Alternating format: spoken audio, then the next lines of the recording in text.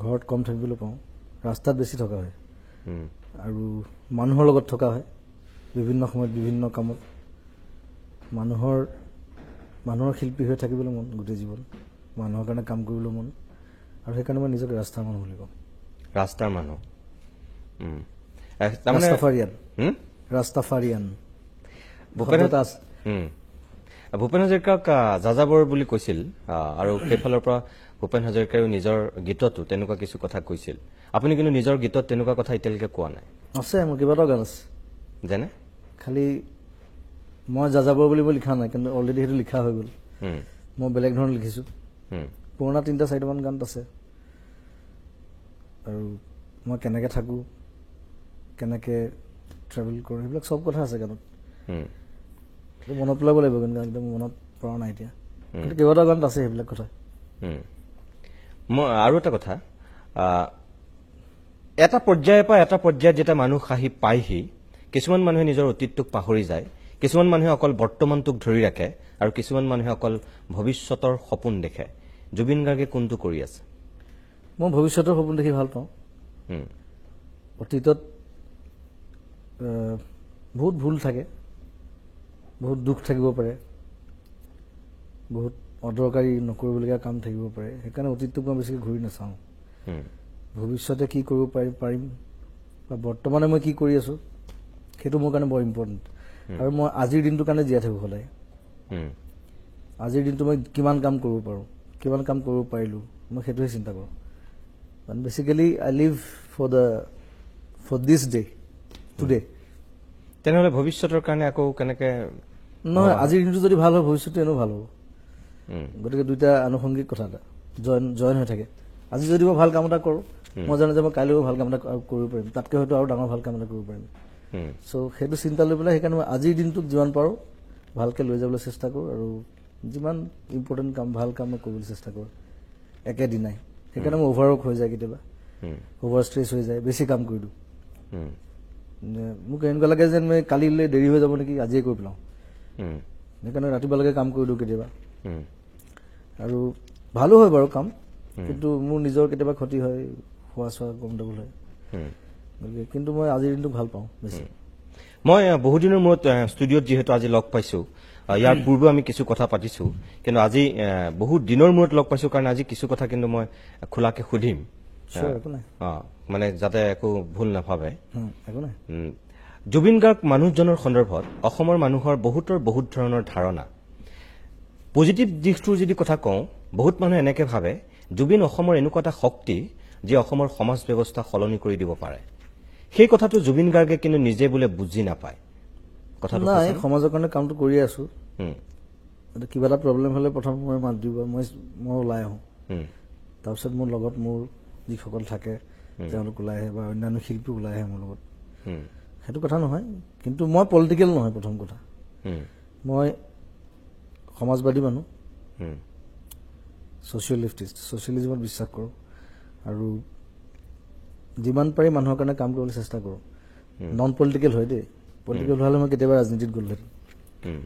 গতিকে পলিটিক্সৰ বাহিৰত থাকিও আমি মানুহৰ কাৰণে বহুত কাম কৰিব পাৰোঁ আচলতে। আৰু এজন আৰ্টিষ্টৰ গাত আৰু পাৱাৰ থাকে মানুহৰ কাৰণে কাম কৰিবলৈ, কাৰণ আৰ্টিষ্ট এনি টাইম মানুহৰ লগতে থাকে, আৰু এজন আৰ্টিষ্টক মানুহেই জন্ম দিয়ে। চ' মই ভাবোঁ যে এইটো আৰ্টিষ্টৰ কৰ্তব্য মানুহৰ কাৰণে কাম কৰাটো, আৰু সমাজৰ কাৰণে মই আৰু বহুত কাম কৰিম বুঢ়া বয়সলৈকে, যিমান পাৰোঁ দৌৰিম। আপুনি আৰ্টিষ্ট শব্দটো ব্যৱহাৰ কৰিছে, অসমীয়াত বহুতেই তাক শিল্পী বুলি কয়। যিহেতু আপুনি নিজকে শিল্পী বুলি ভাবেনে? মই আগতে কৈছোঁ মই ৰাস্তাৰ মানুহ। এতিয়া মানুহে মোক ডেফিনেশ্যনটো শিল্পী বুলি দিলে অলৰেডি, চ' সেইকাৰণে আৰ্টিষ্ট বুলি কৈছোঁ। আৰু মই আকৌ আৰ্টিষ্ট মানে AIRTIST কথা কোৱা নাই। মই আৰ্টিষ্ট মানে AIRTISTE, সেইটোহে কৈছোঁ মই আৰ্টিষ্ট, যিটো চব ধৰণৰ শিল্পী সোমাই থাকে তাত। যে খুব ভাল, তাৰ মাজত আৰ্টিষ্ট বুলি ক'লে এজন তাত খুব ভাল কাঠৰ কাম কৰা মানুহ হ'ব পাৰে, এজন খুব ভাল যি ভাল জোতা বনায় তেওঁ থাকিব পাৰে, খুব ভাল গান গোৱা মানুহ এজনো থাকিব পাৰে, ভাল অভিনেতা এজনো থাকিব পাৰে, পৰিচালক এজনো থাকিব পাৰে। গতিকে মই গোটেই সামগ্ৰিকভাৱে কৈছোঁ শব্দটো। জুবিন গাৰ্গ যিজন ব্যক্তি সত্তা, তেওঁৰ মাজত কিছুমান স্ববিৰোধী স্থিতি থাকে যেন লাগে, কেতিয়াবা তেওঁৰ মাজতে কিছু সংঘাত থাকে যেন লাগে, তেনেকুৱা লাগে। যেনে এই যে হৃদয়বান মানুহজন, কাৰোবাৰ দুখত দুখী হোৱা মানুহজন, কাৰোবাৰ বেমাৰ আজাৰ হলে আনকি জীৱ জন্তুৰ প্ৰতি জুবিন গাৰ্গৰ যিটো মৰম, সেইটো অসমৰ মানুহে দেখিছে। ঠিক ইমান মৰম আকোলোৱা, ইমান হৃদয়বান মানুহজন কেতিয়াবা আকৌ এনেকুৱা ৰূপত ওলাই মানুহ হতচকিত হৈ যায়।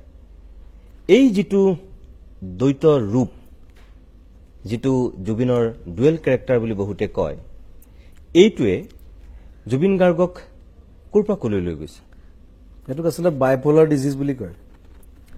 এইটো মাইণ্ড শ্বিফ্ট হয়, আৰু যি মানুহে বেছি চিন্তা কৰে, বেছি কাম কৰে, তেওঁলোকৰ বেছিকৈ হয়।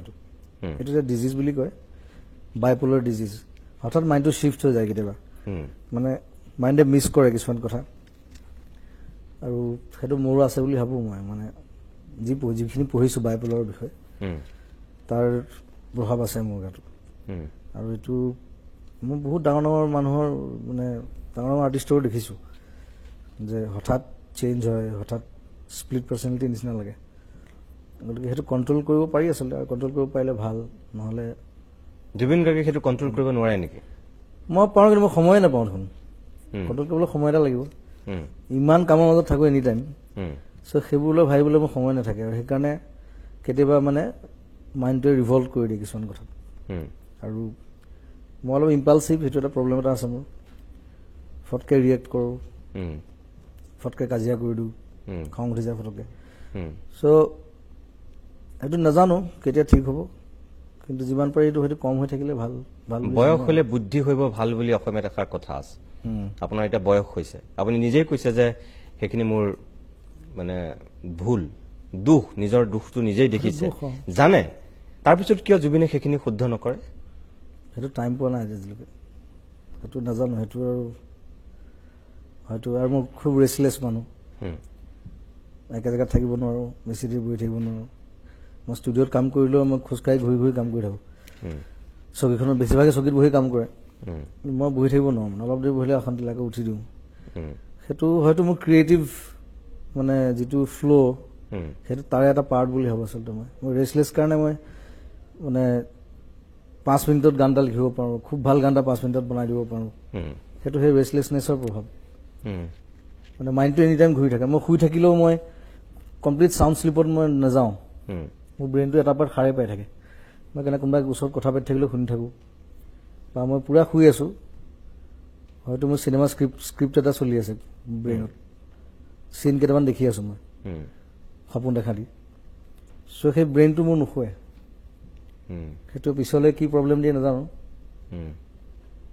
ডক্টৰে এবাৰ কৈছিলে পিছলৈ ডিমেনচিয়া হোৱাৰ চান্স থাকে, পাহৰি যায় যে কথাবোৰ। জানিছোঁ। আৰু পাহৰি যোৱাৰ স্বভাৱটো এতিয়াও আছে মোৰ। ফটকৈ মানে সদায় লগ পাই থকা মানুহ এজনৰ নামটো পাহৰি যাওঁ কেতিয়াবা, আকৌ চিন্তা কৰিব লাগে নামটো কি আছিলে। চ' সেইটো সেই ৰেষ্টলেছনেছৰ প্ৰভাৱ। একাংশ আমি বিশ্ববিখ্যাত শিল্পীৰ যদি জীৱনচৰ্যা চাওঁ, তেতিয়া দেখোঁ যে তেওঁলোকো বহুত খেয়ালি হয়। ভাৰতীয় তেনেকুৱা বহুত শিল্পী আছে, তেওঁলোকো বহুত খেয়ালি।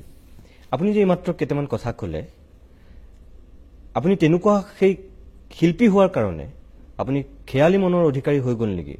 কাৰোবাক আপুনি গম নোপোৱাকৈ ফ'ল' কৰিছিল নেকি, অনুসৰণ কৰিছিল নেকি, যাৰ কাৰণে সৰুৰ পৰা খেয়ালি আছিলোঁ আচলতে। মইতো এনেকুৱা আছিলোঁ যে মই মন গ'লে স্কুললৈ যাওঁ, মন নগ'লে নাযাওঁ। ঘৰত একো নকৰিছিল তেতিয়া? ঘৰত নকয়, আৰু মই ভাল কামতে লাগি থাকোঁ। মই বেলেগ কিতাপ পঢ়োঁ, মিউজিক কৰোঁ, প্ৰেক্টিছ কৰোঁ, নহ'লে ক্ৰিকেট খেলোঁ। আৰু মোক কোনো কথাত ফ'ৰ্চ কৰা নাছিলে ঘৰৰ পৰা। আৰু মই পঢ়াত ভাল আছিলোঁ, ভাল ভাল মাৰ্কছ পাওঁ। সেইকাৰণে স্কুলতো ছাৰে বিশেষ একো কোৱা নাছিলে মোক যে কেলি নাহিলি তই স্কুল কালি বুলি নুসুধে, কাৰণ তেওঁলোকে জানে মই ৰিজাল্ট ভাল কৰিমেই। গতিকে সেই কনফিডেন্সটো আছিলে, আৰু সেই খেয়ালি স্বভাৱটো আছে, এতিয়াও আছে, তেতিয়াও আছিলে। আৰু সেইকাৰণে বিভিন্ন কাম কৰিবলৈ মন যায় বিভিন্ন সময়ত, হঠাৎ অদ্ভুত কাম এটা কৰিবলৈ মন যায় মোৰ।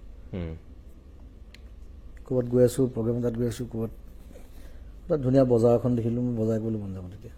কিন্তু প্ৰগ্ৰেমলৈ মোৰ দেৰি হৈছে, মেনেজাৰে চিঞৰ-বাখৰ কৰি থাকে, কিন্তু মই বজাৰ কৰিমেই। মই নামো, আকৌ 1 ঘণ্টা বজাৰ কৰোঁ তাত, আৰু দৰকাৰতকৈ বস্তু বেছিকৈ কিনো, আহি পেলাই আকৌ ঘৰত গালি খাওঁ ইমানবোৰ চব্জি কিয় আনিলে কোনে খাব বেয়া হৈ যায় তাৰপিছত বিলাওঁ খুব মই ভাল পোৱা কিছুমান মানুহ আছে তেওঁলোকক কেতিয়াবা মাছেই লৈ আহিলোঁ এসোপামান আনি মই নিজে 1 পিচ খাওঁ বা 2 পিচ খাওঁ বিলাই ভাল পাওঁ খুৱাই ভাল পাওঁ চ' সেইবিলাক স্বভাৱ আছে আৰু কিছু কথা মই গম পাওঁ আৰু কিছু কথা লোকৰ মুখতো শুনো আৰু কিছুমান কথা নিজেও জানো বাৰু এটা কথা কওকচোন আপুনি যেতিয়া অসমত বহাগ বিহুৰ সময় হয় বা বিহু যেতিয়া চলি থাকে যোৱা কিছু বছৰ ধৰি সেই সময়ত আপুনি প্ৰায় বিতৰ্কৰ তুংগত থাকে আপুনি নিজেও চাগে অস্বীকাৰ নকৰিব বিতৰ্কবোৰ অদ্ভুত ধৰণে কৰে মানে বেছিভাগ জেগাত মোৰ গাত দুখ নাথাকে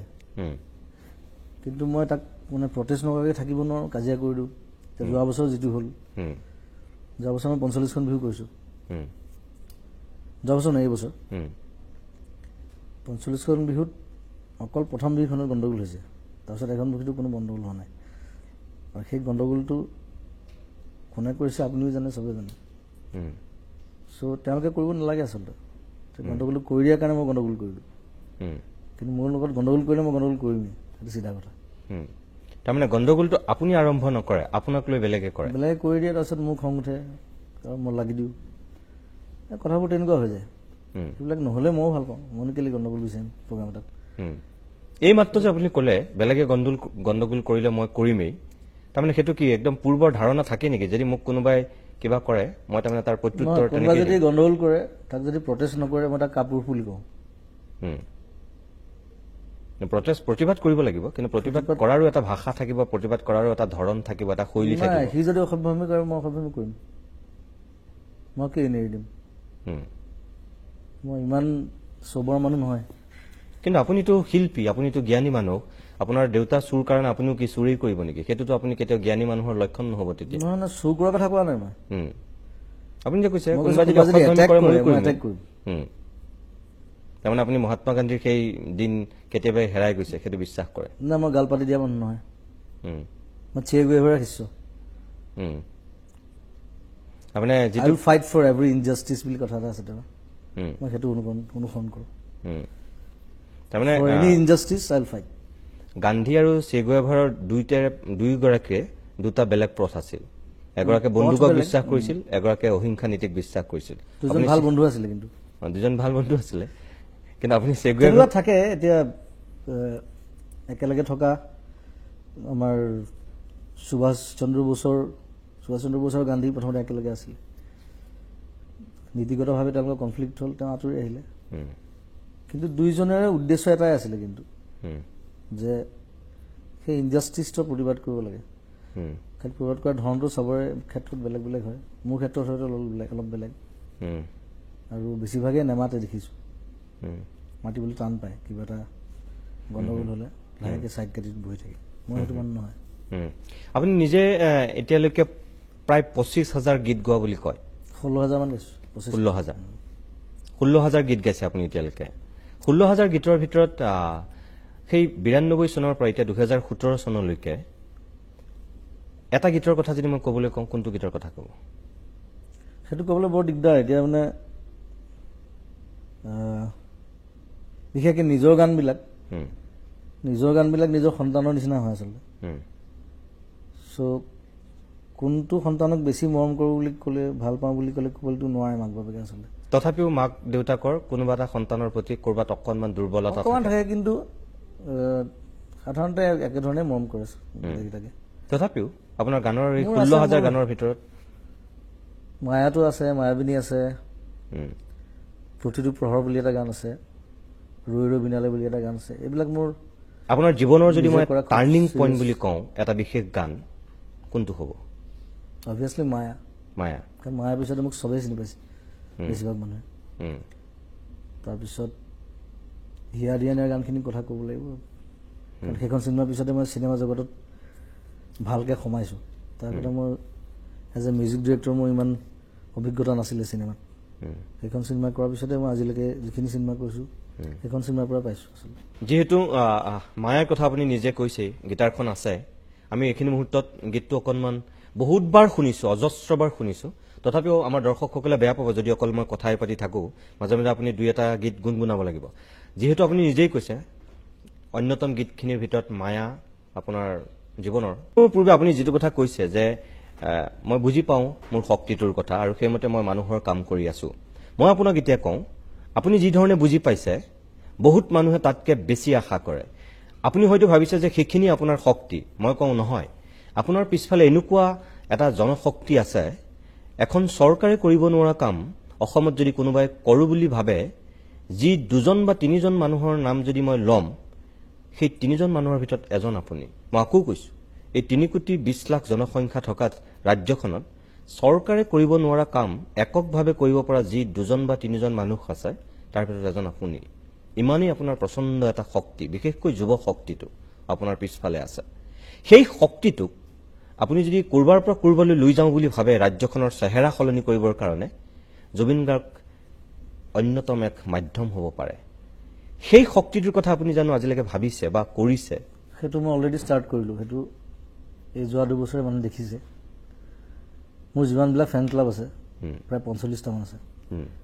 তাত অসংখ্য ল'ৰা ছোৱালী আছে, চব নতুন, চব য়াং, আৰু তেওঁলোকক মই একত্ৰিত কৰিছোঁ, কৰি সমাজবাদী হ'বলৈ শিকাইছোঁ।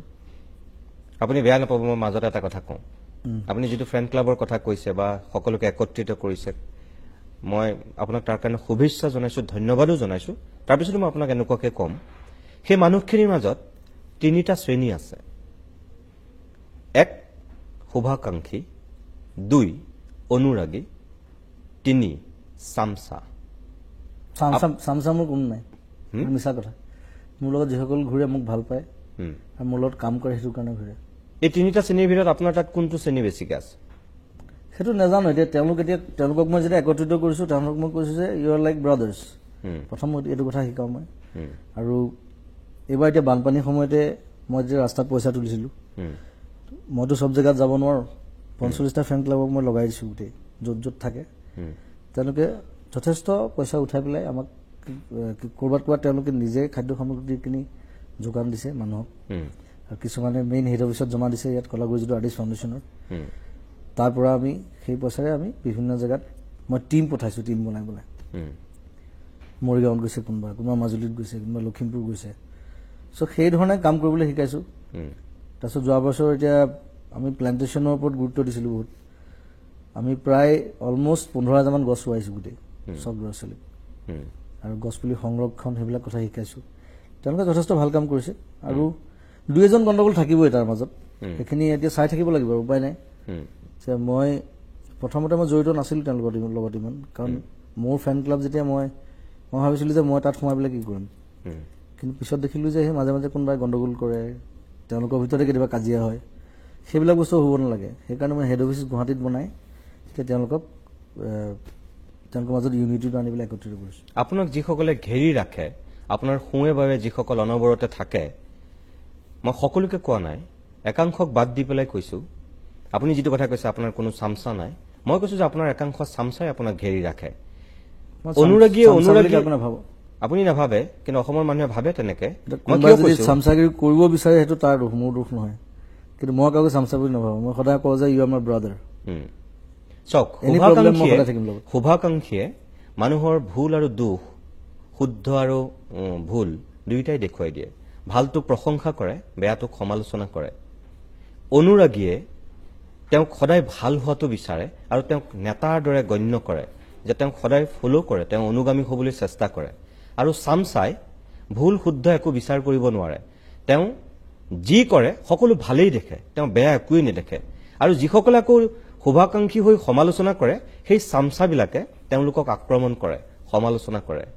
তেনেকুৱা একাংশ মানুহ আপোনাৰ লগত থাকে, আপোনাৰ কেতিয়াও জীৱনত তেওঁলোকে কোনো ভুলেই নেদেখে। আপুনি নিজেই কৈছে আপোনাৰ কিছু ভুল আছে বুলি আপুনি নিজে স্বীকাৰ কৰিছে, কিন্তু আপোনাৰ সেইসকলে সেই ভুলটো কেতিয়াও নেদেখে, তেওঁলোকে সকলো শুদ্ধ বুলি ভাবে। সেইসকল আপোনাৰ চামচা নহয় কি? তাত আৰু এটা কথা আছে, বেছিভাগে মোক ভয় কৰে। প্ৰব্লেমটো সেইটো। গতিকে তাৰ মন থাকিলেও সি ক'ব নোৱাৰে, আৰু মোক কথা ক'ব পৰা মানে খুব কম থাকে মোৰ লগত, আৰু বেছিভাগ সৰু মোতকৈ। লগৰ যিখিনি আছে, একে বয়সৰ সমপৰ্যায়ৰ, তেওঁলোকে কয়, কিন্তু নোকোৱা নহয় যে এইটো বেয়া কাম হ'ল, এইটো ভুল হ'ল। কিন্তু সৰুখিনিয়ে ক'বলৈ মোক ভয় কৰে আচলতে প্ৰব্লেমটো সেইটো তাৰ মন গ'লেও ক'ব নোৱাৰে কিয় আপুনি কি আক্ৰমণ কৰে নেকি ভুল শুধৰাই দিলে ভয়টো থাকে নহয় ভয়টো থাকিবই এইটো আৰু ভয় এইটো আছে সেইটো ৰেচপেক্ট থ্ৰু ৰেচপেক্ট আহে চ' সেইটো কাৰণে ক'ব নোৱাৰে চাগে এই কথাটো আপুনি নিজে যিহেতু গম পায় ভয়ত নকয় বুলি তেওঁলোকক আপুনি এটা পৰিৱেশো দিব লাগে কেতিয়াবা যে সিহঁতি মোক এই কথাবিলাক কওক মই কিন্তু একদম চিম্পলি থাকোঁ চবৰ লগত কিন্তু তথাপি ভয় কৰে এইটো মই কি কৰিম আৰু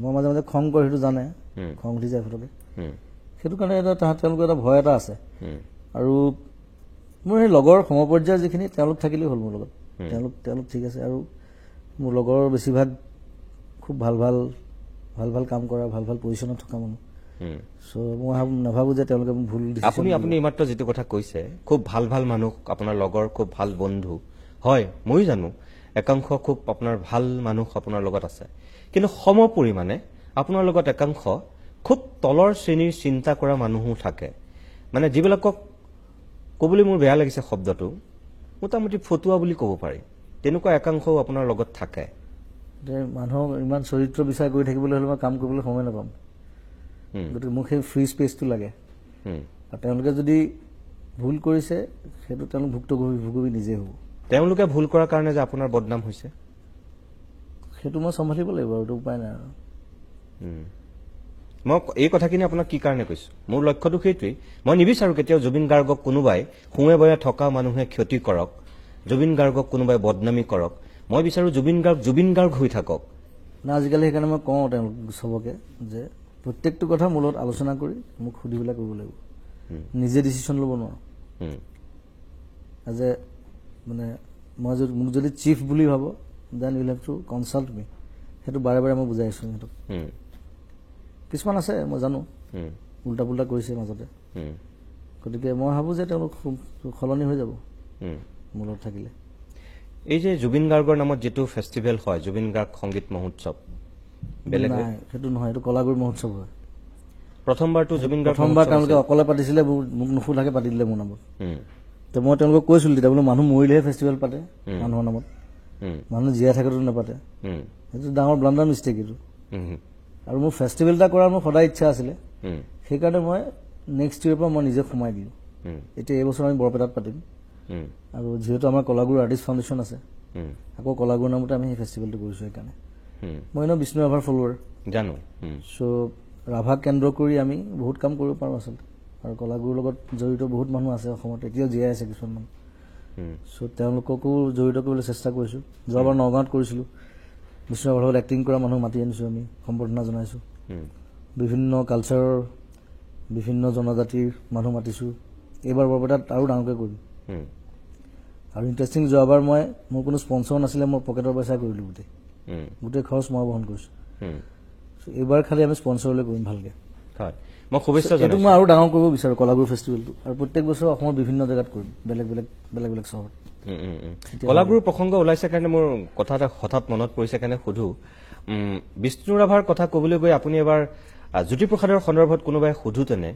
আপুনি অকণমান নক'বলগীয়া কথা এটা কৈ দিছিল আপোনাৰ নিশ্চয় মনত আছে মোক কোৱাৰ ধৰণটো ভুল হ'ল আচলতে মই দুইজনকে ভাল পাওঁ কিন্তু ৰাভাক মই বেছি ফ'ল' কৰোঁ কথাটো মই তেনেকৈ ক'ব লাগিছিল মই অকণমান বেলেগ ধৰণে কৰোঁ ক'লোঁ সেইটো কাৰণে এটা ৰিপৰ্টেশ্যন হ'ল আৰু হুলস্থুল এটা হৈছিলে দুদিনমান কিন্তু মানে আপুনি কওঁ বুলি কোৱা নাছিলে সেইটো মানে মোক কোৱাৰ ধৰণটো বেলেগ হৈ গ'ল মই যে ৰাভাক বেছি ভাল পাওঁ বা বেছি ফ'ল' কৰোঁ সেইটো কথাই ক'ব লাগিছিলে মই কওঁতে বেলেগ ধৰণে ওলালে মুখৰ পৰা চ' কথা ভুলকৈ ক'লে গণ্ডগোল হয় এইটো আজিকালি কাৰণ অকণমান চাই চিতি সাৱধানে ক'বলৈ শিকিছোঁ চাই চিতি সাৱধানে ক'বলৈ চেষ্টা কৰিছে তাৰমানে আপুনি ভাবি চিন্তি নোকোৱাৰ কাৰণে বিগত সময়ছোৱাত আপুনি খলঠেকত যে পৰিছিল সেইটো আপুনি আজি স্বীকাৰ কৰে পৰিছোঁ নিশ্চয় সেইটো দেখিছে চবে ময়ো দেখিছোঁ চবে মোৰ ইণ্টেনশ্যন নাছিলে কিন্তু কোনো কাৰোবাক হেৰি কৰিব কাৰোবাক মই আৰ্টিষ্টক কেতিয়াও মানে তোলা চনিয়ে নাচাওঁ কেতিয়াও আমি জুবিন গাৰ্গৰ লগত এনেকৈ কিছু কথা পাতিম গীত শুনিম আজি অকণমান সময়ৰ কাৰণে মই অভিমত অনুষ্ঠানত বাণিজ্যিক বিৰতি লৈ লৈছোঁ তাৰপিছত পৰৱৰ্তী অংশলৈ উলটি আহিম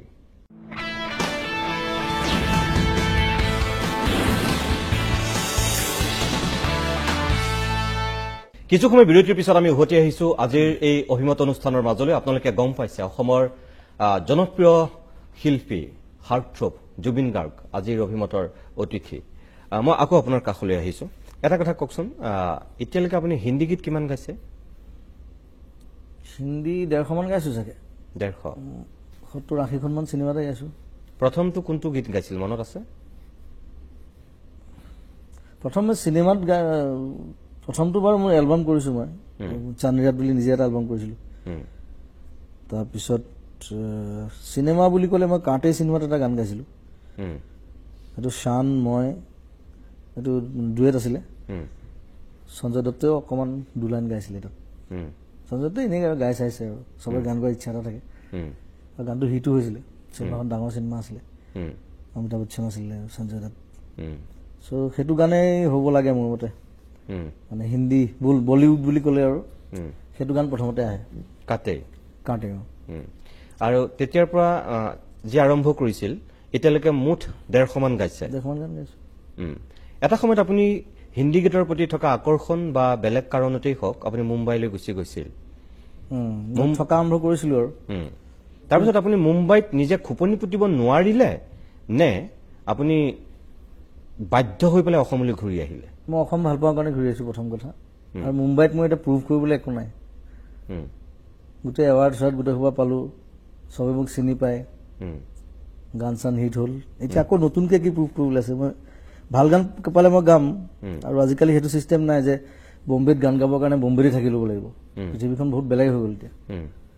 এতিয়া আজিকালি এনেকুৱা হৈ গ'ল ইণ্টাৰনেটৰ থ্ৰুৱেদি তাৰ পৰা গান পঠিয়াই দিলে, মই ইয়াত গাই দিলোঁ, মিউজিক ডিৰেক্টৰ তাত বহি আছে। তেনেকৈ বহুত কাম কৰিছোঁ আমি। মই মোৰ ষ্টুডিঅ'ত গাইছোঁ, গান পঠাই দিছোঁ। ইভেন মোৰ নতুন চিনেমা মিছন চাইনাৰ কামো তেনেকৈ কৰিছোঁ। মই বম্বেত আছোঁ, ইয়াৰ পৰা বস্তু পঠাই আছে, আকৌ মই ইয়াত আছোঁ, ইয়াৰ পৰা মই বস্তু পঠাই আছোঁ, তাত কাম চলি আছে। চ' কনচেপ্টবোৰ চেঞ্জ হৈছে আজিকালি, গ্ল'বেলাইজ হৈ গ'ল গোটেই। আৰু টেকনিকেলি আমি এতিয়া বহুত শ্বাৰ্প। গতিকে মই নাভাবোঁ যে বম্বেত থাকি ল'ব লাগিব বম্বেত কাম কৰিবৰ কাৰণে। আৰু বম্বেত এনি টাইম যদি থাকোঁ, পিছত মানুহে ক'ব যে মোক ই বম্বেতে থাকিলে আৰু অসমৰ কাৰণে একো নকৰিলে। আৰু তাত বেছিকৈ থাকিলে মই ইয়াত কাম কৰিব নোৱাৰোঁ। প্ৰব্লেমটো সেইটো। সেইকাৰণে মই ভাবিলোঁ যে মই ইয়াত থাকোঁ, মাজে মাজে যাওঁ বম্বে, এতিয়াও যাওঁ। মই মাহেকত এবাৰতো যোৱা হয়। গৈ তেনেকৈ ধৰণে অহা যোৱা কৰি কাম কৰিম। আৰু কানেক্টিভিটিটো থাকিলেই হ'ল আমাৰ মাজত। আপুনি ধৰক মুম্বাইত যদি থাকিলহেঁতেন তেনেহ'লে আপুনি এতিয়া যিজন জুবিন হৈ আছে ইয়াতকৈ আৰু ৰাষ্ট্ৰীয় প্ৰেক্ষাপটত বা ভাৰতবৰ্ষৰ কাৰণে আৰু বেছি যদি সুযোগ পালেহেঁতেন বুলি মই কওঁ, তেতিয়া সুযোগ বুলি নহয়, মই গান বেছি পালোহেঁতেন। এতিয়া মই নেশ্যনেল এৱাৰ্ডো পাইছোঁ। নেশ্যনেল এৱাৰ্ড পোৱাৰ পিছত মই ইণ্ডিয়াত আৰু মোৰ মানে ভাবিবলগীয়া একো নাই। That's the dead and. মই এতিয়া ভাবিলে ইণ্ডিয়াৰ বাহিৰত ভাবিব লাগিব। মই সেইকাৰণে এতিয়া ইংলিছ এলবাম এটা হেৰি কৰি আছোঁ, প্লেন কৰি আছোঁ। 4টামান গান কৰিছোঁ অলৰেডি। চ' মই এটা ইণ্টাৰনেশ্যনেল এলবাম এটা মানে ৰিলিজ দিয়া মোৰ প্লেন আছে ইউনিভাৰ্চেল মিউজিকৰ পৰা। কথাও পাতিছোঁ মই। চ' তেতিয়া বাহিৰৰ দেশতো মোৰ গান বাজিব বেলেগ। আপুনি খুব কম সময়তেই কম গীত গাই আপুনি মুম্বাই তথা আমাৰ ৰাষ্ট্ৰীয় প্ৰেক্ষাপটখনত আপুনি উজলি উঠিছিল। কেইটামান গীতে আপোনাক ক'ৰবাৰ পৰা ক'ৰবালৈ লৈ গৈছিল, আপুনিও নিশ্চয় সেই কথাটো জানে।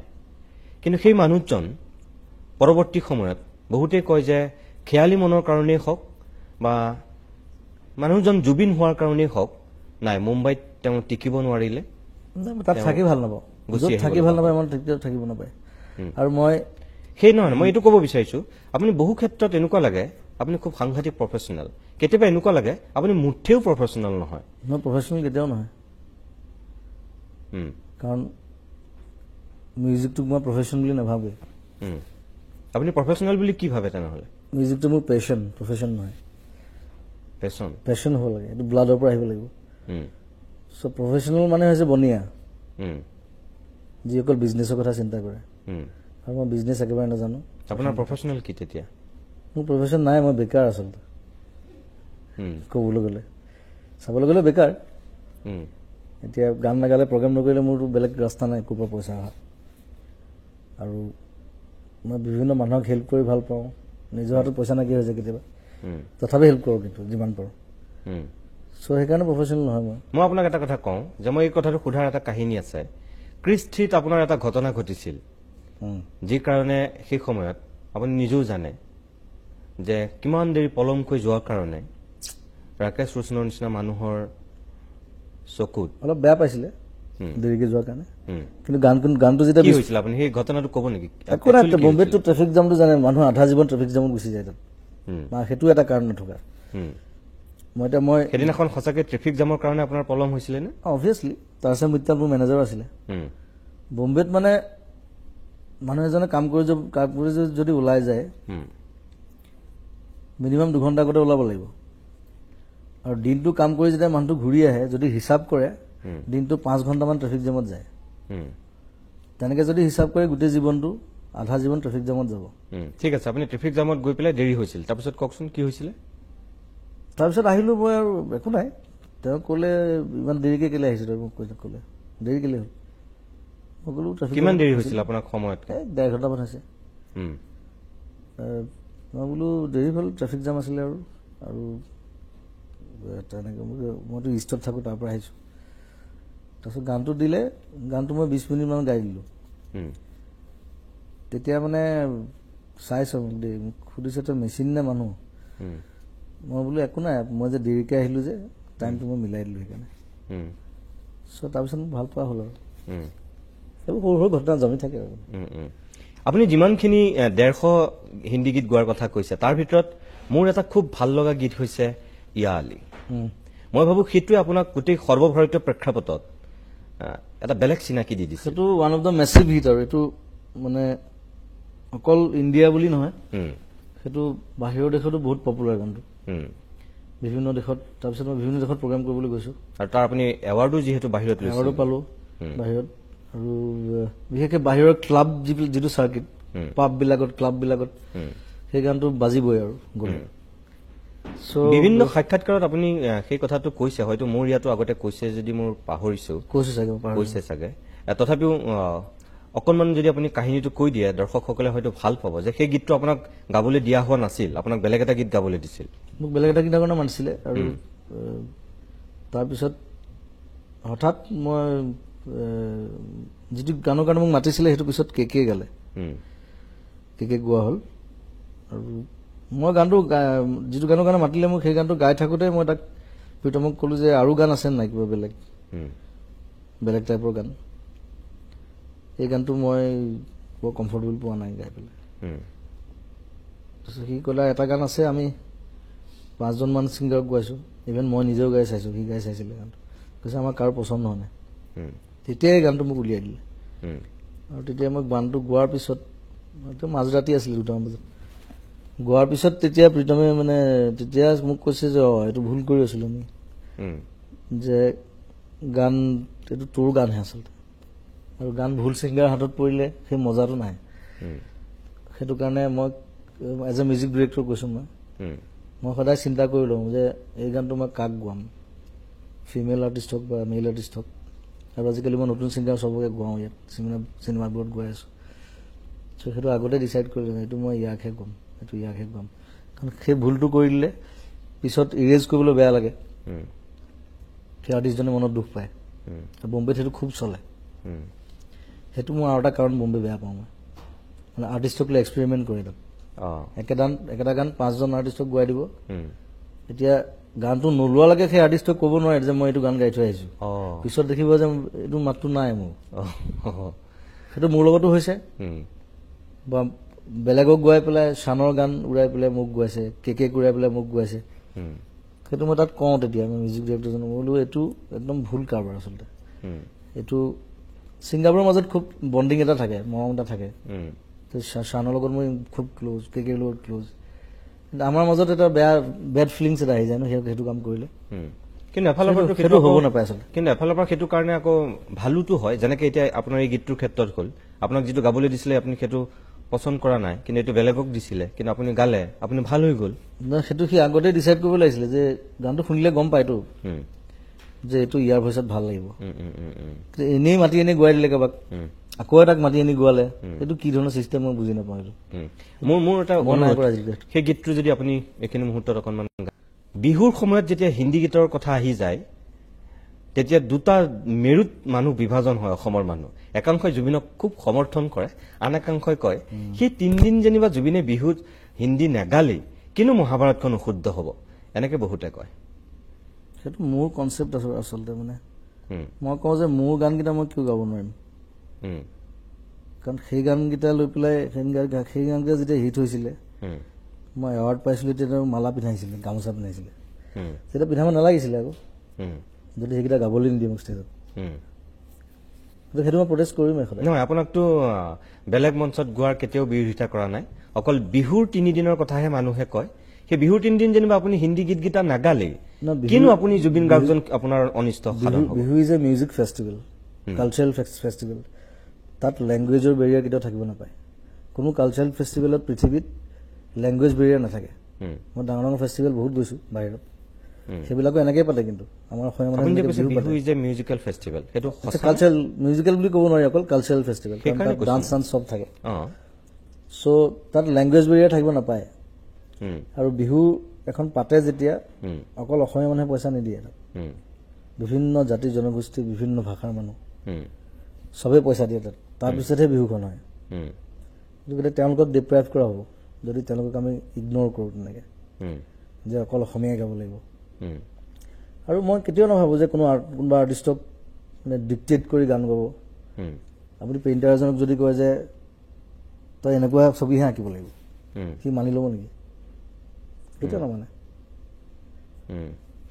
মই যদি আপোনাক এনেকৈ সেইটো আৰ্টিষ্টিক আচলতে এইটো কি বুলি ক'ম এতিয়া মই তাত দুটা আপুনি যিটো কৈছে এফালৰ পৰা সেইটো হয় আৰ্টিষ্টিক ফ্ৰীডম ফ্ৰীডম কিন্তু আনফালেদি এনেকৈও থাকিব যিজন পেইণ্টাৰক মাতি নিছে কোনোবাই যদি তেওঁক পইচা দি পেলাই পেইণ্ট কৰিবলৈ দিছে তেওঁৰ মতে পেইণ্ট কৰাটো বিচাৰিবই নহয় তেওঁতো এনেই গৈ পেইণ্ট কৰি দিয়া নাই তেওঁক পইচা দি নিছে পেইণ্ট কৰিবলৈ যে মই তোমাক 1 লাখ টকা দিছো তুমি এখন ছবি আঁকি দিয়া আৰু এইটো কালাৰ দিব লাগিব তেওঁ সেইটো ৰাইট কাৰণ তেওঁক পেমেণ্ট কৰিছে নাই তেওঁ কৰিব নোৱাৰে কাৰণ তেওঁ নিজে পেইণ্টাৰ নহয় কিন্তু তেওঁ পইচা লৈছে তাৰ বিনিময়ত তেওঁ যদি নিজে পেইণ্টাৰ হ'লে তেওঁ ছবিখন নিজে আঁকিলেহেঁতেন পইচা দিছে কনচেপ্ট দিব পাৰে কিন্তু মানে টোটেল আইডিয়া দিব নোৱাৰে কেতিয়াও যে এনেকুৱাহে আঁকিব লাগিব তেওঁ কেতিয়াও মানি নলয় মই জানো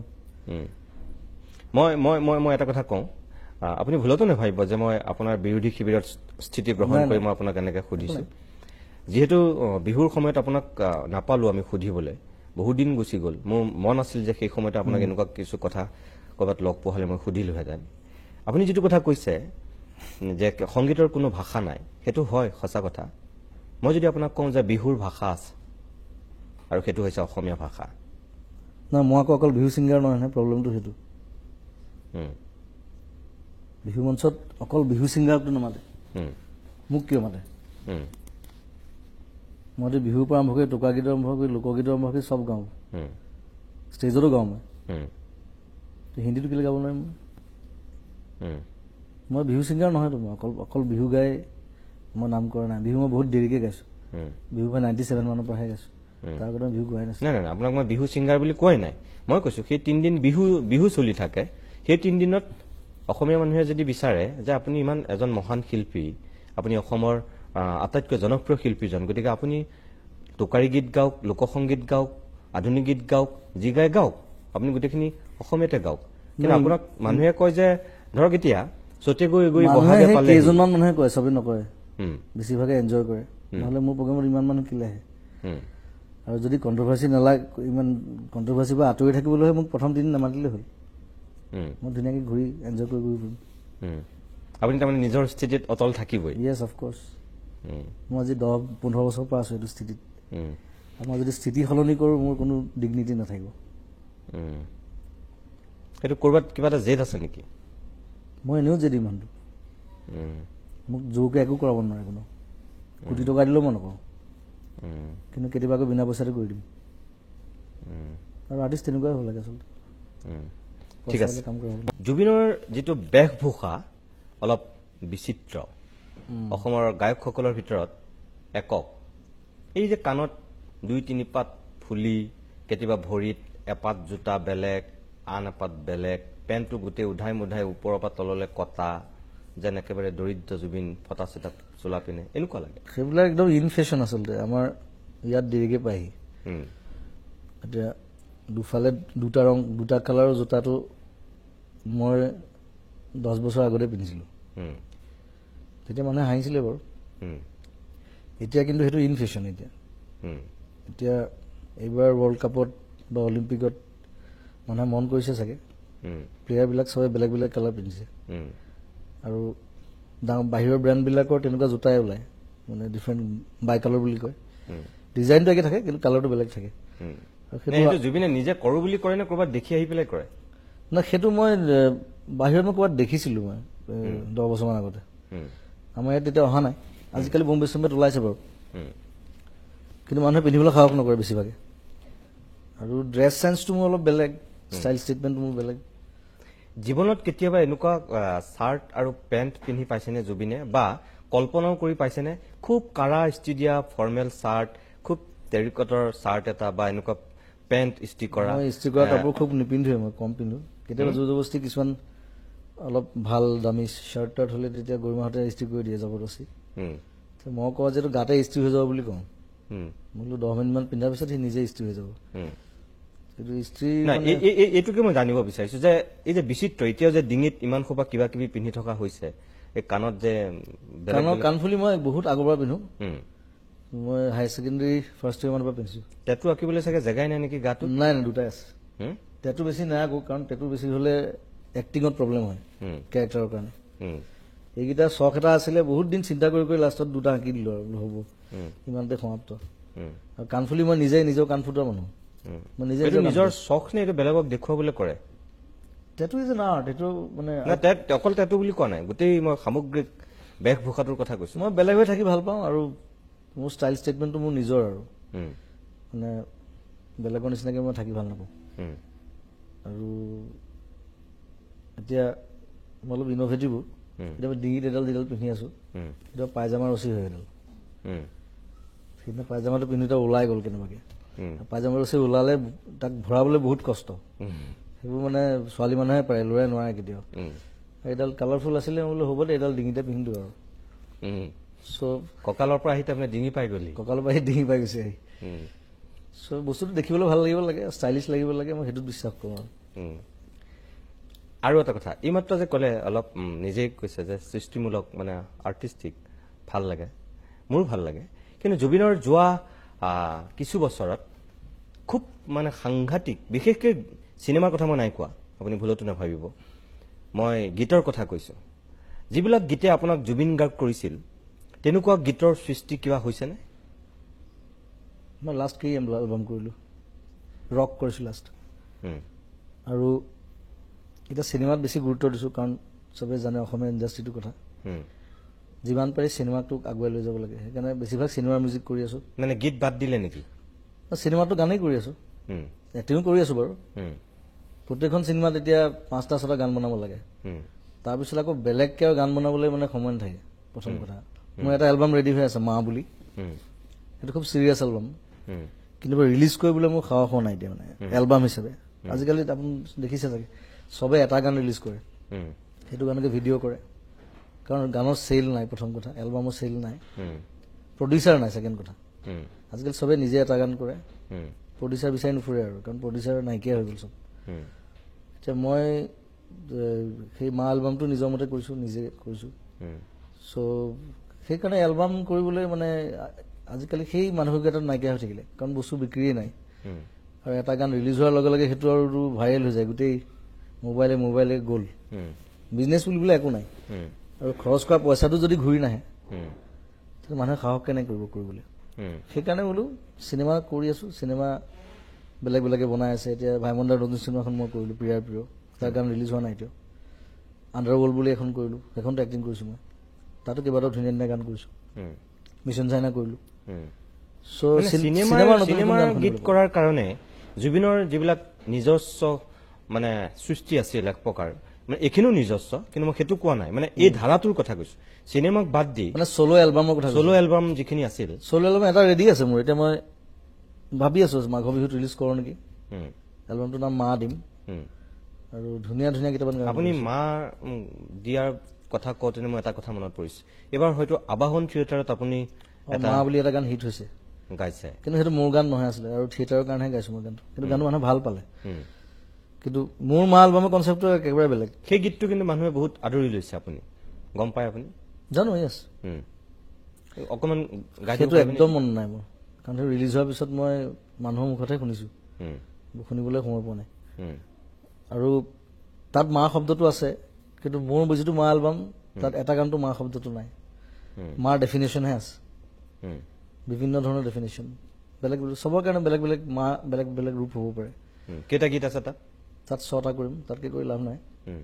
সাজু নেকি সেইখিনি? 6টা মোৰ অলমষ্ট 4টা গান ৰেডি হৈ গ'ল হুম, আৰু এটা গান দিগন্ত ভাৰতীয়ে বনাই আছে হুম, 4টা বাকী 4টা মোৰ হুম। দিগন্ত এটা কৰিছে আৰু লাষ্ট 6 নম্বৰটো আকৌ মই নিজে তাৰ এটা গীত শুনিব পাৰোঁ নেকি আমি এতিয়া ৰিলিজ হোৱা নাই কিন্তু হ'ব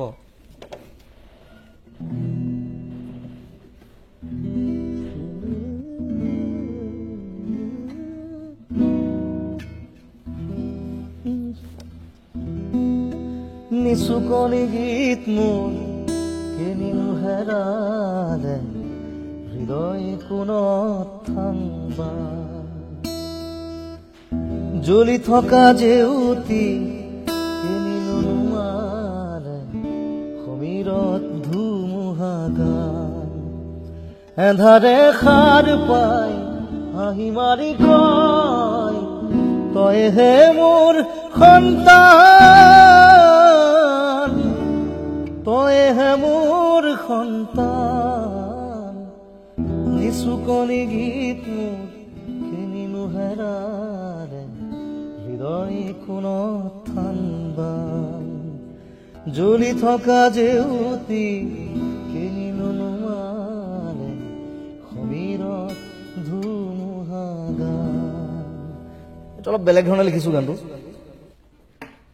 তাৰমানে মই কেৰেক্টাৰ সদায় চিনেমাৰ কথা নহয় চিনেমাত ছিকুৱেঞ্চ থাকে ছিকুৱেঞ্চ অনুযায়ী গান লিখিব লাগে হুম, কিন্তু মই যেতিয়া চ'ল' এলবামৰ গান কৰোঁ বা নিজে গান কৰোঁ তেতিয়া সদায় মই এটা কেৰেক্টাৰ হৈ লওঁ হুম, যে মই এইটো কেৰেক্টাৰ হুম, তেতিয়া সেই ফিলিংছটোৰ ওপৰত মই গান লিখোঁ এইটো তেনেকৈ লিখা হুম, এইটো মানে এজন ল'ৰা এজন যাৰ মাকজনী প্ৰষ্টিটিউট তাৰ ফিলিংছটো কেনেকুৱা হ'ব পাৰে হুম, সৰু ল'ৰা নহয় ডাঙৰ ল'ৰা হুম, সি গোটেই জীৱন দেখিছে মাকে তাৰ কাৰণে কিন্তু প্ৰষ্টিটিউশ্যন কৰে তাক ডাঙৰ কৰিবৰ কাৰণে তাক পঢ়াই শুনাই হুম, গতিকে সি ডাঙৰ হোৱাৰ পিছত তাৰ ফিলিংছটো কেনেকুৱা হ'ব পাৰে সেইটোৰ ওপৰত এই গোটেই গানটো লিখিছোঁ হুম, এইটো অকণমান কনচেপ্টটো বেলেগ আৰু হুম, হুম, হুম, হুম, এতিয়া কৈ দিলোঁ যেতিয়া মানুহে শুনিলে তেতিয়া বুজি পাব হুম, সেইকাৰণে কয় নিচুকনি গীত মোৰ কেনিনো হেৰালে হৃদয় কোণত থান বান হুম, মানে মোৰ মাজনী নিচুকনি গীত গোৱা মা নহয় কিন্তু হুম, হুম, হুম, সদায় শ্বি ইজ টৰ্চাৰ্ড ফ্ৰাষ্ট্ৰেটেড হুম, চ' এটা ধুনীয়া কনচেপ্ট বহুত দিনৰ পৰা ভাবি আছিলোঁ সেইটোৰ ওপৰত লিখিছোঁ হুম। খুব সুন্দৰ মই ভাবোঁ মানুহে চাগে ভাল পাব আপুনি কোৱাৰ ধৰণে যদি হয় ভাল লাগিব চাগে বহু দিনৰ মূৰত এটা ভাল এলবাম আপোনাৰ পৰা পাব হয়তো থেংক ইউ হুম। মই অনুষ্ঠানটোৰ শেষৰ ফাললৈ আহিছোঁ যিহেতু মই কেইটামান পোনপটীয়াকৈ আপোনাক কথা সুধিম অসমৰ গায়কসকলক মই শিল্পী বুলি কোৱা নাই বহুত গায়কক মানে ধ্বংস কৰিছে দুটা বস্তুৱে এক তেওঁ যোগ্য প্ৰতিদ্বন্দ্বী যেতিয়া ওলায় তেতিয়া এজনৰ ধ্বংসযজ্ঞ আৰম্ভ হয় দুই মদে জুবিন গাৰ্গৰ এই দুটাৰ ভিতৰত কোনটো ডাঙৰ শত্ৰু কোনোবা ডাঙৰ প্ৰতিদ্বন্দ্বী নে মদ? প্ৰতিদ্বন্দ্বীৰ কথাটো নাই প্ৰতিদ্বন্দ্বীৰ কথাটো মানে প্ৰথম কথা হ'ল মই এতিয়া অকল ছিংগাৰ হৈ থকা নাই হুম, মই ঢেৰ কাম কৰি আছোঁ হুম, লাষ্ট 2 বছৰতো বেছিভাগ এক্টিং কৰি আছোঁ মই 7খন চিনেমা কৰিলোঁ হুম, চ' প্ৰতিদ্বন্দ্বীৰ কথা নাই আৰু মই কেতিয়াও প্ৰতিদ্বন্দ্বিতা নকৰোঁ মিউজিক বা এনি আৰ্ট ফৰ্ম তাত প্ৰতিযোগিতা নাই বুলি ভাবোঁ আপোনাক অসমৰ মানুহে আপুনি যে প্ৰতিদ্বন্দ্বী নাই বুলি কৈছে বহু মানুহে ভাবে আপোনাৰ প্ৰতিদ্বন্দ্বী পাপন আৰু পাপনৰ উত্থানত জুবিন কেতিয়াবা ফ্ৰাষ্ট্ৰেটেড হৈ যায় এনেকে বুলি বহুতে চৰ্চা কৰে আপুনি গম পায়নে মই কি কাৰণে ফ্ৰাষ্ট্ৰেটেড হ'ম কাৰণ মই অকল ছিংগাৰ নহয় বাৰে বাৰে কৈছোঁ হুম, মোৰ পৰিসৰটো অলপ বহল হুম। আপুনি মানে একচ্ছত্ৰী আছিল ভূপেন হাজৰিকাৰ পিছত বহুতে কয় যে উঠি অহা চামৰ ভিতৰত মই সন্মান কৰি পেলাই কৈছোঁ যিসকল ছিনিয়ৰ শিল্পী আছে লোকনাথ গোস্বামী পুলক বেনাৰ্জী এনেকৈ যিসকল জীৱিত মানুহ তেখেতসকলক সন্মান কৰিও কৈছোঁ ভূপেন হাজৰিকাৰ পিছত য়ং চামৰ ভিতৰত আটাইতকৈ আপোনাকেই মানুহে 1 নম্বৰত ৰাখিছিল ৰাখে এতিয়াও আছে আপুনি কিন্তু আপোনাক প্ৰত্যাহ্বান জনাব পৰাকৈ বহুত দীঘলীয়া সময় এটা অসমত কোনো ওলোৱা নাই বহুত ওলাইছে গায়ক গায়িকা নাই কোনো পৰা নাই কিন্তু এটা সময়ত পাপনৰ আবিৰ্ভাৱ হোৱাৰ পিছত বহুতেই ধৰি লৈছে যে জুবিনক টক্কৰ দিয়া এজন ওলালে টক্কৰ শব্দটোৱে মই ব্যৱহাৰ কৰিছো আৰু সেইজন বেলেগ কোনো নহয় পাপন আৰু পাপনৰ সেই উত্থানত জুবিন কেতিয়াবা কৰবাত শংকিত হয় যাৰ কাৰণে জুবিনে নকবলগীয়া কথা কয় নকৰিবলগীয়া ঘটনা ঘটায় মিছা কথাটো এনেকে বহুতে ভাবে উলিয়াইবিলাক মই শংকিত হোৱা কোনো কথা নাই কাৰণ মোৰ 25 বছৰ হ'ল পাপন অকল 5 বছৰ হৈছে গতিকে মই কেলে তাৰ লগত প্ৰতিযোগিতাত বুলি ভাবিম মই বহুত আগতে আহিলো পাপন হাৰ্ডলি 5 ইয়াৰ্ছ হৈছে তাৰ আৰু কি ভাল কাম কৰি আছে নতুন আৰু ইণ্টাৰেষ্টিংলি পাপনক প্ৰথম অসমীয়া এলবামত মই গাইছিলো নহয় আপুনি গাইছিলে মই গাইছিলো স্নিগ্ধ জোনাক বুলি এলবামত আৰু সেইটো তাৰ প্ৰথম ৰেকৰ্ডেড আছামিজ সং কথাটো এনেকুৱা হৈছে নেকি যি ধৰণে আপুনি মাত্ৰ ক'লে স্নিগ্ধ জোনাকত আপুনি পাপনক প্ৰথম গাইছে ঠিক একেদৰে জিতুল সোণোৱালেও আপোনাক প্ৰথমে বাদ্যযন্ত্ৰী আপুনি ব্যৱহাৰ কৰিছিল সেই জিতুল সোণোৱালক আপুনি উৰাই দিছিল এটা সময়ত জিতুলাই মোক তেনেকে পাপনে আপোনাক উৰাই দিছে এতিয়া জিতুলাৰ লগত মই কীবৰ্ড বজাইছিলো মোক উৰাই দিব নোৱাৰে এইটো লাভ নাই ৰজা এটাই থাকে মন্ত্ৰী ধেৰ থাকে আৰু পাপন আমি খুব ভাল বন্ধু এতিয়াও আমি আড্ডা মাৰো বহো সি বম্বেত আগতে মোৰ ঘৰত থাকেহি মই দিল্লীত তাৰ ঘৰত থাকো আৰু ইভেন বম্বেতো তাক মই মাতি মই অনাইছিলো সদায় মই জোৰ কৰোঁতে বম্বেলৈ ভাল তাৰমানে অসমীয়া সংগীত জগতত আপুনি নিজকে এতিয়া ৰজা বুলি ভাবে আৰু মন্ত্ৰী যদি আছে প্ৰধানমন্ত্ৰী তেনেহ'লে পাপন নে কি তেনেকে কোৱা নাই মই কৈছো ছিংগাৰটো ওলাবই লাগিব নতুন ছিংগাৰ যদি 25 বছৰ যদি নতুন ভাল ছিংগাৰ নোলায় সেইটো বেয়া কথাই আছিলে সমাজৰ কাৰণে আৰু সেইকাৰণে মই নতুন যিবিলাক ছিংগাৰ ভাল গায় মই চবকে ইনস্পায়াৰ কৰোঁ আৰু য'ত চান্স পাওঁ মই ত'তে গাওঁ চাওক মই কিয় কৈছো আপোনাৰ এতিয়া যেনেকে অজস্ৰ ফ্ৰেণ্ড ফলোৱাৰ আছে আপোনাৰ ফেন ক্লাব আছে তেনেকে অসমত বেলেগৰ ফেন ক্লাব নাই অকল পাপনৰ আছে তাৰ কেইটামান আছে আপোনাৰ যেনেকে গুণমুগ্ধৰ বেলেগ এটা ৰুল আছে পাপনৰো একাংশই বেলেগ এটা ভূমিকা পালন কৰি আছে সেইফালৰ পৰা মই কৈছো বহু মানুহে ভবাটো ভুল হ'ব নোৱাৰে আপুনি কৈছে নহয় কিন্তু বহুত মানুহে ভাবি লয় যে আপোনাৰ প্ৰতিদ্বন্দ্বী পাপন সেইটো এনেই ভাবে আৰু তাৰ ছিংগিং ষ্টাইল একেবাৰে বেলেগ মোৰ ছিংগিং ষ্টাইল একেবাৰে বেলেগ যদি আমি দুইটা একে ধৰণৰ ছিংগিং ষ্টাইল হ'লহেঁতেন তেতিয়া কিবা এটা চিন্তা আহিব অহাৰ যুক্তি এটা থাকিলেহেঁতেন কিন্তু সি একদম বেলেগ জনৰ ছিংগাৰ তাৰ গানবোৰো বেলেগ এতিয়া আপোনাৰ পিছৰ চামত পাপনৰ পৰা ধৰি একেবাৰে মই নীল আকাশলৈকে যদি কওঁ যিমানখিনি গীত গাই আছে আপুনি খুব সম্ভাৱনা দেখা খুব নতুন নাহিদো হ'ব পাৰে তাত খুব সম্ভাৱনা দেখা আপোনাৰ চকুত কোন হ'ব পাৰে নাহিদ বহুত সৰু নাহিৰ কথা মই এতিয়া নকওঁ তাই মেচিউৰ্ডে হোৱা নাই তাইৰ ভইচ এতিয়াও তাইক মই ৰিচেণ্টলি চিনেমাখনত গাইছো আৰু তাই কিবা বছৰ লাগিব ফুল মেচিউৰ্ড ভইচ হ'বলৈ এতিয়া পপুলাৰ বুলি ক'বলৈ গ'লে কোন পপুলাৰ বাবু ভাল গায় দীক্ষিয়ে যথেষ্ট ভাল গায় ৰিচেণ্টলি মই নীলাকাশৰ তাক মই লগ পালো সি মোৰ লগত ফুটবলো খেলে মোৰ টিমত তাৰ গোৱাৰ ষ্টাইলটো মই ভাল পাইছো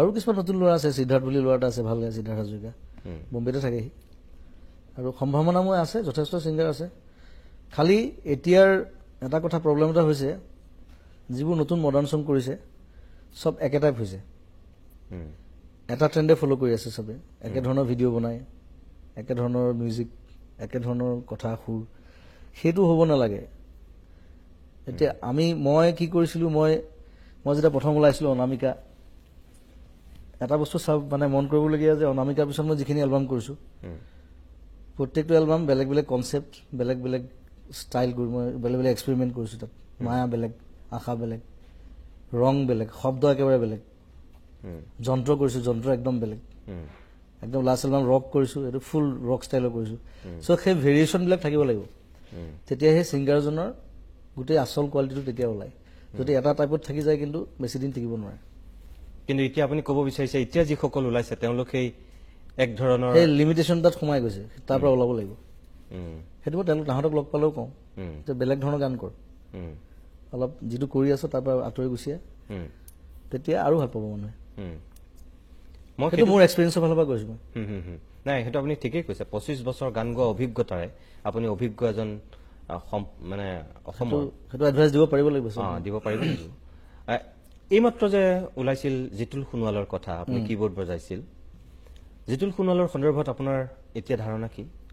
জিতুল দা আজিকালি কম গায়, কিন্তু মই তেতিয়া যেতিয়া কীবৰ্ড বজাইছিলোঁ তেতিয়া জিতুল দাক চবে খুব পপুলাৰ আছিলে আৰু গানবিলাকো যথেষ্ট পপুলাৰ আছিলে, কেইবাটাও ধুনীয়া ধুনীয়া এলবাম কৰিছে তেতিয়া। তাৰপিছত কি কাৰণ নাজানো, লাষ্টলি জিতুল দাই বহুত দিন কিন্তু এলবাম চেলবাম কৰা নাই বা চ'ল' গানো উলিওৱা নাই। আপোনাৰ লগত জিতুল সোণোৱালৰ বহুদিনৰ আগতে ক'ৰবাত সংঘাত হৈছিল নেকি? নাই, হোৱা নাই তেনেকুৱা একো নাই। তেনেকুৱা একো নাই। জিতুল দা মোৰ দাদাৰ লগত, উৎপল শৰ্মাৰ লগত, আৰু জিতুল দা একদম প্ৰথম অৱস্থাৰ পৰা মই লগ পাইছোঁ, তেতিয়া মই সৰু। উৎপল দাহঁতে জিতুল দাৰ লগত বজাইছিলে, প্ৰেক্টিচ কৰিছিলে। চ' ডিব্ৰুগড়ৰ পৰা তেতিয়াৰ পৰা মই চিনি পাওঁ। সংঘাত তেনেকৈ একো নাই। এতিয়া সৰু সুৰা কিবা দুই এটা হয়তো হৈছে কেতিয়াবা, এইটো মনত নাই মোৰ, পাহৰিছোঁ। আপোনাৰ আগত কিন্তু যিসকল জনপ্ৰিয় হৈছিল, মই ভাবোঁ জিতুল সোণোৱাল তেতিয়া 1 নম্বৰত আছিল। জিতুল দা তেতিয়া আটাইতকৈ পপুলাৰ আছিলে, আৰু মই লাষ্টলি কীবৰ্ড জিতুল দাৰ লগতে বজাইছোঁ। তাৰ পৰা জিতুল দাৰ লগত বজোৱাৰ পিছত মই বেলেগ কোনো আৰ্টিষ্টৰ লগত বজোৱা নাই আজিলৈকে, মানে কি প্ৰফেচনেলি বজোৱা নাই মই ষ্টেজত। আৰু তাৰপিছততো মই অনামিকা কৰিলোঁ, কৰি তাৰপিছত আৰু ছিংগিঙতে সোমাই গ'লোঁ আৰু যিমান পাৰি। এতিয়া বজাওঁ, ষ্টুডিঅ'ত বজাওঁ, কেতিয়াবা ষ্টেজতো বজাওঁ বাৰু মাজে মাজে। কিন্তু সেই সময়টো ভাল লাগিছিলে মোৰ, তেতিয়া মই বেছিভাগ আৰ্টিষ্টৰ লগত বজাইছোঁ। লোনা সোণোৱাল আছিলে খুব পপুলাৰ তেতিয়া, লোনা ছোৱালীৰ ভিতৰত। লোনাৰ লগত প্ৰায় মই 3 বছৰমান বজাইছোঁ নন ষ্টপ। বিজয় ভূঞাৰ লগত তেওঁ দ্বৈত কণ্ঠৰ বহুত গীত গাইছে, বহুত ধুনীয়া ধুনীয়া হিট গান আছিলে। আৰু লোনাইও আজিকালি গান নাগায়। লোনাই লাষ্ট মোৰ তুমি মাথুমু চিনেমাখনতে এটা গান গাইছে, লাষ্টলি ৰেকৰ্ড কৰিছে। আৰু কি কাৰণে নোগোৱা হ'ল নাজানো। আপোনাক যদি মই কওঁ যে আপোনাৰ সংগীতৰ এজন আদৰ্শ ব্যক্তি বা কোনোবা গুৰু, কাৰ নাম ল'ব আপুনি? গুৰু বুলি ক'বলৈ গ'লে মই ছিংগিঙত কিশোৰ কুমাৰক খুব ভাল পাওঁ। কিশোৰ কুমাৰ যিটো ছিংগিং ষ্টাইল, সেইটোতকৈ ওপৰত নাই বুলি ভাবোঁ ইণ্ডিয়াত। তাৰ যিটো ষ্টাইলত গায়, যিটো ফিলিংছ, যিটো ড্ৰামা যিটো কৰে, সেইটো বহুত শিকিবলগীয়া বস্তু, আৰু বহুত শিকিছোঁ। আৰু ইণ্টাৰনেশ্যনেল আৰ্টিষ্ট ক'লে মই ফতেহ আলি খান ভাল পাওঁ, খুব শুনো, চুফি যিটো জনৰ। তাৰপিছত বাহিৰৰ ষ্টিং আছে মোৰ ফেভৰেট, ষ্টিঙক এজন গুৰু বুলি ভাবোঁ মই, যদিও মই লগ পোৱা নাই আজিলৈকে। আৰু এইফালে মোৰ মিউজিকৰ গুৰু আছে, গুৰু ৰমণী ৰায়, ঢুকালে তেখেত। তেওঁ বহুত বস্তু শিকাইছে মোক লাইফত। আৰু মই ডিফাৰেণ্ট জনৰবিলাক শুনো, একেধৰণৰ গান নুশুনো। চ' তেনেকৈ শিকিব বিচাৰোঁ, এতিয়াও শিকি আছোঁ। কিশোৰ কুমাৰৰ আপোনাৰ অন্যতম এগৰাকী যিহেতু আদৰ্শ ব্যক্তি বুলি কৈছে, তেওঁ গীতক লৈ এছ ডি বৰ্মনৰ কথা ক'লে, সংগীত পৰিচালনা আপোনাৰ আটাইতকৈ ভাল লাগে বুলি। এছ ডি বৰ্মনৰ গীত আপুনি বহুতত গাই থাকে। মানে মই ষ্টেজত গাওঁ, আৰু মই যোৱা 12 বছৰ ধৰি এটা এলবাম কৰি আছোঁ, S D Burman, tribute to S D Barman.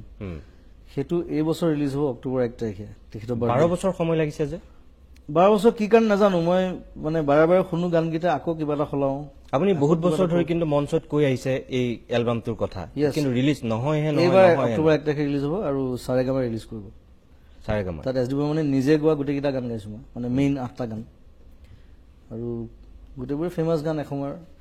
আৰু মই জনাত ইণ্ডিয়াত কোনেও আজিলৈকে এছ ডি বৰ্মনে গোৱা গান কাভাৰ কৰা নাই। ষ্টেজত হয়তো 2-এজনে গাইছে, কিন্তু আৰু বৰ ধুনীয়া ধুনীয়া গান, লিখাবিলাক বৰ ধুনীয়া। এটা গুণগুণাই মন্ত্ৰী বনাই দিলেহেঁতেন, আপুনি প্ৰথমতেই কৰিবলগীয়া 3টা কাম কি হ'লহেঁতেন? ব্ৰহ্মপুত্ৰখন বান্ধি পেলালেহেঁতেন, যাতে আৰু বানপানী নহয়। 2, কণ্ট্ৰল কৰিব লাগিব ব্ৰহ্মপুত্ৰ। প্ৰত্যেক বছৰ এইটো এটা ডাঙৰ যন্ত্ৰণা হৈছে মানুহৰ, আৰু সেইটো চৰকাৰেও আচলতে খুব চিৰিয়াছলি বস্তুটো গৱেষণা কৰি কেনেকৈ ব্ৰহ্মপুত্ৰ কণ্ট্ৰল কৰিব পাৰি, সেইটো আঁচনি ল'ব লাগে আৰু কৰিব লাগে কামটো অতি সোনকালে। 2 নম্বৰ, চিনেমাখনত দেখুৱাইছে দেখোন কি কি কৰিছে, সেইবিলাক কৰিলে। আপুনি কি কৰিলেহেঁতেন সেইটোহে সুধিছোঁ। কৰাপশ্যন বন্ধ কৰিবৰ কাৰণে। কৰাপশ্যন 3, ঘোষ খোৱা, কৰাপশ্যন এইবিলাক বন্ধ কৰিব লাগিব। আৰু আমাৰ নতুন জেনেৰেশ্যনটোক কেনেকৈ মানে সামাজিকভাৱে আৰু এৱেৰ কৰিব পাৰি, তাৰ কাৰণে কিছুমান স্পেচিয়েল ট্ৰেইনিং ৰাখিলোহেঁতেন, ট্ৰেইন কৰিলেহেঁতেন বাহিৰৰ পৰা মানুহ আনি, বিভিন্ন বিশেষজ্ঞ, বিভিন্ন ডিপাৰ্টমেণ্টৰ, বিভিন্ন জনৰ, বিভিন্ন মানুহক আনি তেওঁলোকৰ লগত ইণ্টাৰেক্ট কৰাই কেনেকৈ সামাজিকভাৱে, মানসিকভাৱে আৰু কি বুলি কয় যিটো ডিপাৰ্টমেণ্টত তেওঁলোক স্কিল্ড চব মানুহ বেলেগ বেলেগ ডিপাৰ্টমেণ্টত স্কিল থাকে তো সেইমতে তেওঁলোকক কেনেকৈ আৰু আগুৱাই লৈ যাব পাৰি মই সেইটো চেষ্টা কৰিলোহেঁতেন কেতিয়াবা আপোনাৰ চৰকাৰবিলাকৰ কাম কাজ দেখি এনেকুৱা নালাগেনে যে মই এদিন অসমৰ মুখ্যমন্ত্ৰী হৈ যোৱা হ'লে কেতিয়াবা মন যায় শব্দটো মোৰ লগতে আছে কিন্তু মই একেবাৰে নন পলিটিকেল আগতে কৈছোঁ পলিটিক্সত যোৱাৰ মোৰ কোনো ইচ্ছা নাই পলিটিক্সৰ পৰা আঁতৰি থাকিও কেনেকৈ ভাল কাম কৰিব পাৰি সেইটোৱে মোৰ ইচ্ছা বৰ্তমানৰ যিখন চৰকাৰ জাতি মাটি ভেটিৰ কথা কৈ পেলাই শাসনলৈ আহিছিল এটাই শব্দ আছিল পৰিৱৰ্তন চৰকাৰখন আপোনাৰ দৃষ্টিত ঠিকে আছে জাতি মাটি ভেটি সুৰক্ষিত হৈ আছে এতিয়া এক বছৰ আগতে পৰিৱৰ্তন শব্দটো শুনি আমাৰ চবৰে খুব ভাল লাগিছিলে মোৰ নিজৰো ভাল লাগিছিলে এতিয়া নেক্সট 3 বছৰৰ ভিতৰত গম পোৱা যাব কিমান পৰিৱৰ্তন হ'ল মই এইটো নকওঁ যে একে বছৰতে সলাই পেলাই গোটেইখিনি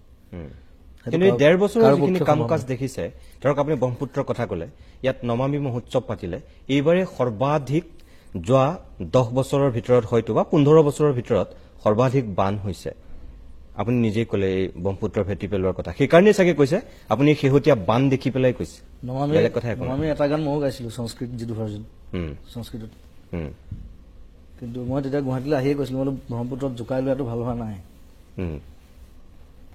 আপুনি ভাবে নেকি যে ব্ৰহ্মপুত্ৰক জোকাই লোৱাৰ কাৰণে এইবাৰ কাল ৰূপ ধৰিছে সেইটো তেনেকুৱা যেন লাগে কিন্তু কেতিয়াবা ব্ৰহ্মপুত্ৰক জোকাই ল'ব নাপায় আচলতে মিষ্টিক ৰিভাৰ যেনেকৈ আছে তেনেকৈ থাকিব দিব লাগে চ' সেইটো বাৰু এইটো ঠিক আছে এই 1.5 বছৰীয়া যিবিলাক কাম কাজ তেনেকুৱা কিছু কাম কাজ যিটোৱে আপোনাক অলপ আমনি কৰে কিন্তু এটা কথা কম মই নমামিত যে ইমান পইচা খৰচ কৰিলে সেই পইচাখিনি আৰু বেলেগ কামত মানুহৰ কাৰণে খৰচ কৰিব পৰা গ'লহেঁতেন নমামি নাপাতি নমামি মহোৎসৱটো পতাটো ফেষ্টিভেল পাতক ফেষ্টিভেল ভাল ফেষ্টিভেল এটা দৰকাৰ অসমত কিন্তু নমামি বুলি পাতি বহুত পইচা নষ্ট হোৱা যেন লাগিলে মোৰ আৰু সেইকেইদিন ফেষ্টিভেলৰ কিন্তু চবেই দেখিছে বৰষুণে গোটেই উঠাই পেলালে গোটেই ৰাজ্য চৰকাৰে 22খনকৈ কলেজ দীনদয়ালৰ নামত পাতিব বিচাৰিছে সিদ্ধান্ত লৈছে আপুনি সমৰ্থন কৰে 22খন কলেজ কিয় লাগে এখন কৰিব পাৰে একো নাই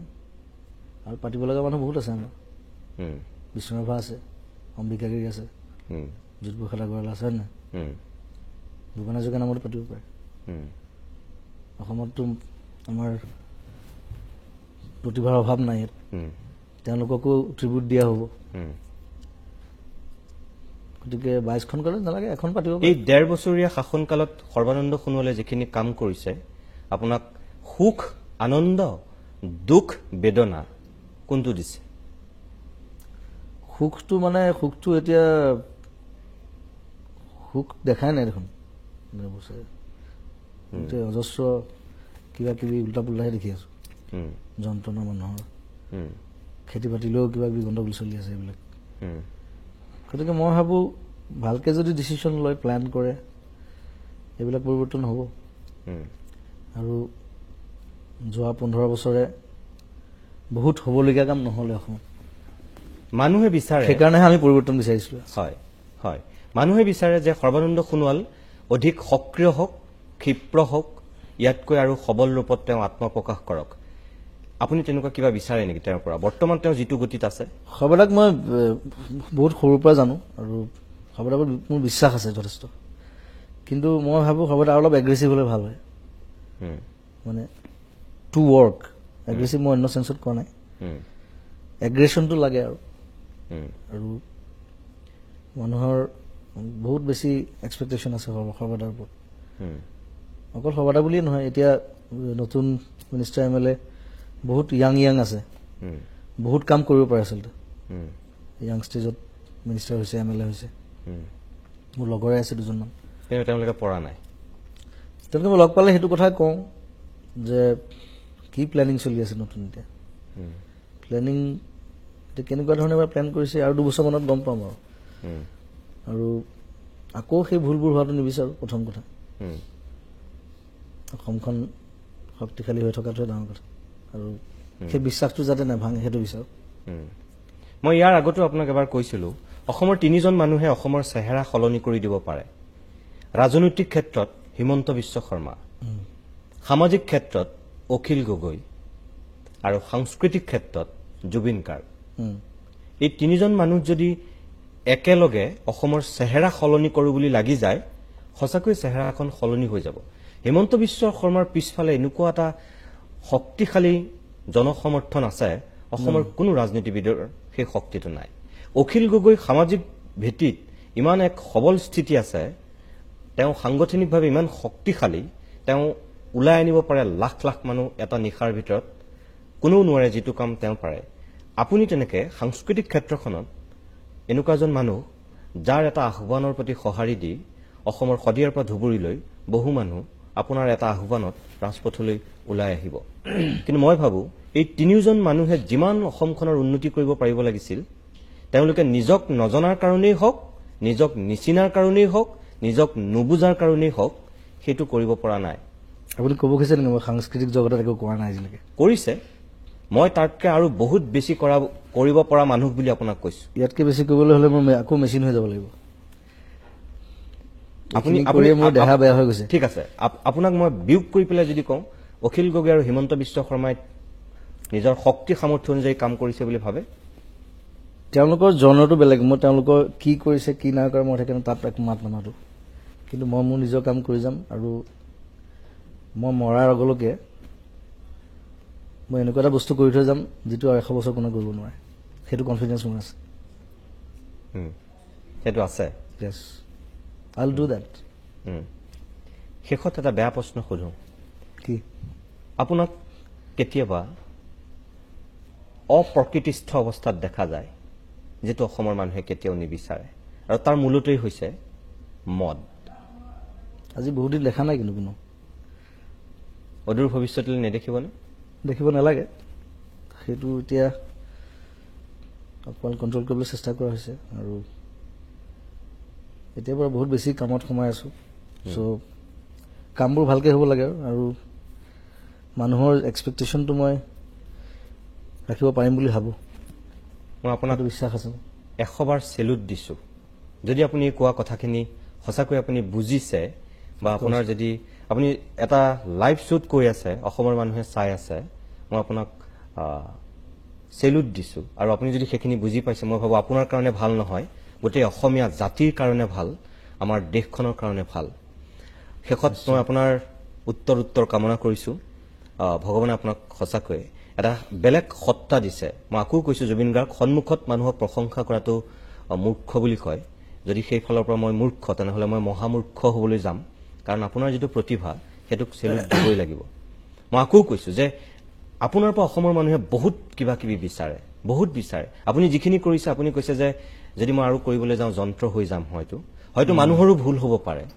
মই সেইটো কওঁ মই পাগলৰ নিচিনা কাম কৰোঁ চবে জানে হয় ৰেষ্ট ল'বলৈ টাইম নাপাওঁ কেতিয়াবা হয় মই বুজি পাওঁ কিন্তু মই আপোনাক এইটো কথা কৈছোঁ যে বেছি কৰিবলৈ হ'লে মোৰ দিগদাৰ হৈ যাব তাৰমানে সেইখিনি আচলতে অকণমান কণ্ট্ৰলহে কৰিব লাগে কামটো অলপ প্লেন কৰি আৰু ডিচিপ্লিনলি কৰিব লাগে হয় চ' সেইটো ট্ৰাই কৰিব লাগিব এতিয়া হয় মই আজি এইখিনি সময় দিয়াৰ কাৰণে মই আপোনাক ধন্যবাদ জনাইছোঁ আৰু অচিৰেই মই আপোনাৰ লগত আপোনাৰ মিছন চাইনা এক নতুন যিহেতু আপোনাৰ ইনিংছ বুলিয়েই কৈছোঁ আপুনি প্ৰায় 2 কোটি টকা খৰচ কৰি প্ৰথমখন হয়তো ব্যয়বহুল অসমীয়া চিনেমা আপুনি উপহাৰ দিবলৈ গৈ আছে গতিকে সেই চিনেমাখনৰ সন্দৰ্ভত আপোনাৰ টীমটোৰ লগত আমি বহিম আৰু সেইদিনাখন অকল মিছন চাইনাৰ সন্দৰ্ভত এই চিনেমাখনতে মই অপ্ৰকৃতিস্থ আচলতে কাৰণ মই আৰম্ভ কৰোঁতে মোক কৈছিলে যে তই পাগল তই তোৰ গণ্ডগোল আছে তই ইমান পইচা খৰচ কৰিছ অসমত হলেই নাই বুলি কৈছিলে মই বোলো চিনেমাখনো কৰিম মই আৰু অসমত বহুত হল খোলাম ইতিমধ্যে আমি 4-5টামান অলমষ্ট খোলাইছোঁ আমি লাগি আছোঁ চ' সেই ক্ষেত্ৰত চিনেমা ইণ্ডাষ্ট্ৰীৰ ক্ষেত্ৰত আমি যথেষ্ট কাম কৰিম আৰু অসমবাসীক আমি বহুত ভাল ভাল চিনেমা উপহাৰ দিম বুলি ভাবোঁ ধন্যবাদ